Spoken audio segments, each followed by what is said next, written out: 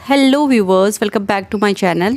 और अभी हम यहाँ पे सॉल्व कर रहे हैं पज़ल नंबर 9। पज़ल नंबर 8 तक हमने सॉल्व कर ली है। Now we will solve puzzle number 9।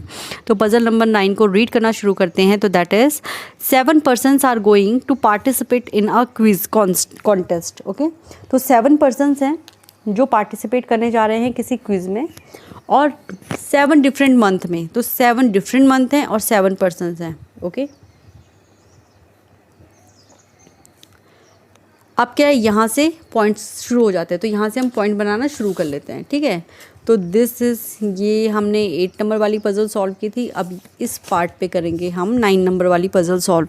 तो सबसे पहले तो हम यहाँ पे मंथ देख लेते हैं। मंथ कहाँ से हैं? मार्च से सितंबर तक है। तो we have to write this March, April, May, June,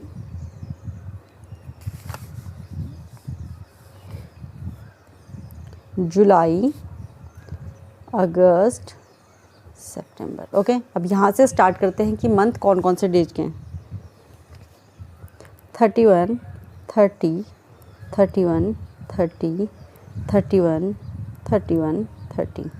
जुलाई और अगस्त दोनों 31 डेज़ के होते हैं। ठीक है, यहाँ पे हो गया। अब क्या है, पॉइंट बनाना शुरू करते हैं। तो पॉइंट हम कहाँ पे, यहाँ पे पॉइंट बनाएंगे। यहाँ पे हमारी कंडीशंस आ जाएंगी, 1 2 जितने भी कंडीशन होंगी। ठीक है, यहाँ पे पॉइंट नंबर 1 क्या है? पॉइंट नंबर 1 कि D goes in the month which have even number of days. तो डी कौन से मंथ में जाता है? जिसमें इवन नंबर ऑफ डेज़ होते हैं। तो डी जाता है इवन नंबर ऑफ डेज़ में। तो यहाँ पे देखो, एक तो डी ये है, इवन नंबर पे डी ये है, और लास्ट में तो यहाँ पे मैंने 3 कंडीशन बना दी हैं। ठीक है, डी एक तो अप्रैल में है, फिर जून में है, और फिर सितंबर में, क्योंकि यही इवन नंबर के मंथ है यहाँ पे। तो 3 कंडीशन ये बन गई हैं। उसके बाद नेक्स्ट क्या है? More than 3 persons are going in between D and C. D और सी के बीच में more than 3 persons, more than 3 person मतलब 4 भी हो सकते हैं। ठीक है, तो डी और सी के बीच में यहाँ पे देख लेते हैं। तो 1 2 3 4, तो मोर देन 3 पर्सन तो मतलब 4 ही हो गए, इसके अलावा तो आ नहीं रहा है। यहाँ पे 1 2 3 3, तो यहाँ पे अगर हम डी और सी के बीच में करेंगे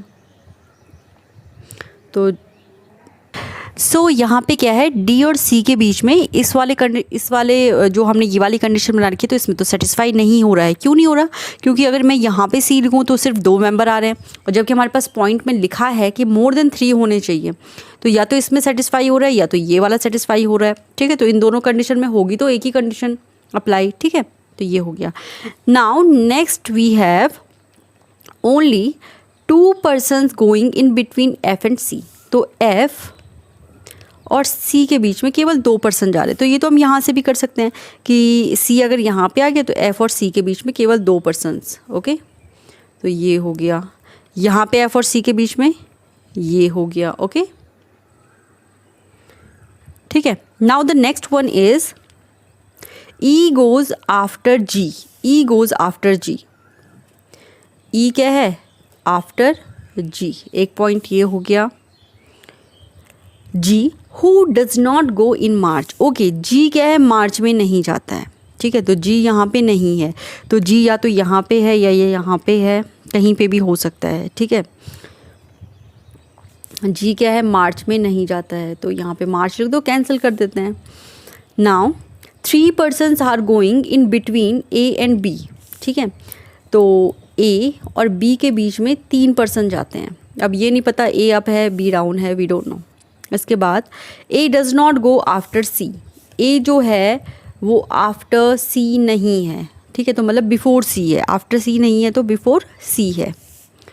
now the next one is more than 1 month, more than 1 month gap between A and F going for the quiz.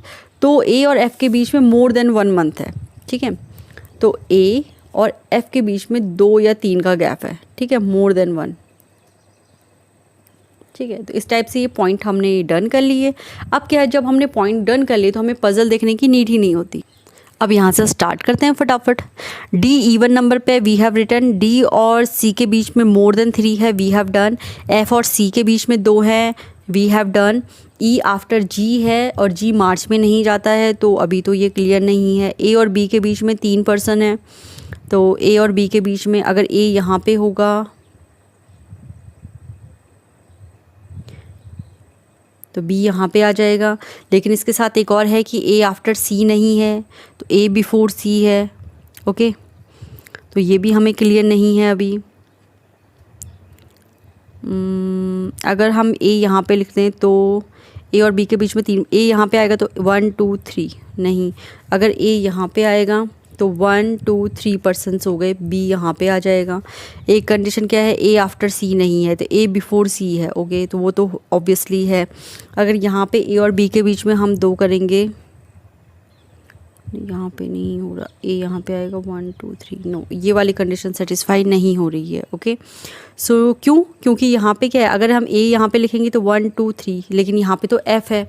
ए यहाँ पे लिखेंगे तो 1 2 3, लेकिन यहाँ पे डी है, तो इस टाइप से कंडीशन सेटिस्फाई नहीं हो रही है हमारी। तो अब देखते हैं ये वाली कंडीशन। उसके बाद क्या है, यहाँ पे ए और एफ के बीच में 2 का डिफरेंस है, मोर देन 1 है, तो मोर देन 1 मतलब 2 आ गया। अब एक और क्या है, यहाँ पे ए आफ्टर सी नहीं है, तो ए बिफोर सी है। और कुछ है, ई आफ्टर जी है, तो जी के आफ्टर में ई है। केवल 2 बच गए, तो मतलब जी आगे आ जाएगा, ई पीछे आ जाएगा। Okay, so this is also month based puzzle. तो ये हमने यहाँ पे सॉल्व कर लिया। अब आप देख रहे होंगे कि जैसे जैसे आप पजल सॉल्व करोगे तो वैसे वैसे आपको जो टाइमिंग है वो क्या हो जाएगा, कम हो जाएगा। मतलब जैसे अगर आप किसी पजल को 10 मिनट में सॉल्व करते थे, अगर आप उसे रेगुलर सॉल्व कर रहे हो अलग अलग पजल को, तो आप देखोगे कि आप विदिन 5 मिनट सॉल्व करने लग जाओगे, और उसके बाद आपको आइडिया भी आने लग जाएगा कि आपको कैसे सॉल्व करनी है। ठीक है, तो जैसे आप किसी पजल को पहले 10 मिनट में सॉल्व कर रहे थे, तो अब आप उस पजल को 5 मिनट में सॉल्व करने में एबल हो जाओगे।